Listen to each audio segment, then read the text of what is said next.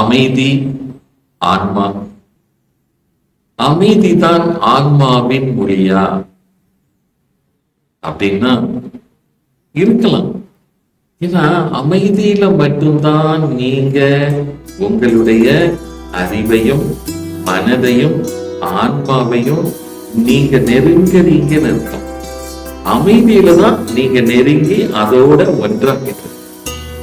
நீங்க பேசும்போது ஆன்மாவை விட்டு, அறிவை விட்டு, மனதை விட்டு நீங்க விலகுறீங்க.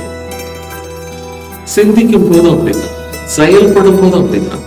ஆனா அமைதியில மட்டும்தான் அங்க பேச்சு இல்ல, செயல் இல்ல, சிந்தனை இல்ல, எதுவுமே இல்லை. அமைதி மட்டும்தான் இருக்கு. அப்ப அமைதி மட்டும் உங்களுக்குள்ள இருக்கும் போது நீங்க ஆத்ம ரூபமாகவே மாறிடுறீங்கன்னு தான் அர்த்தம். அதனால அமைதியாக இருக்க முயற்சி பண்ணுங்க.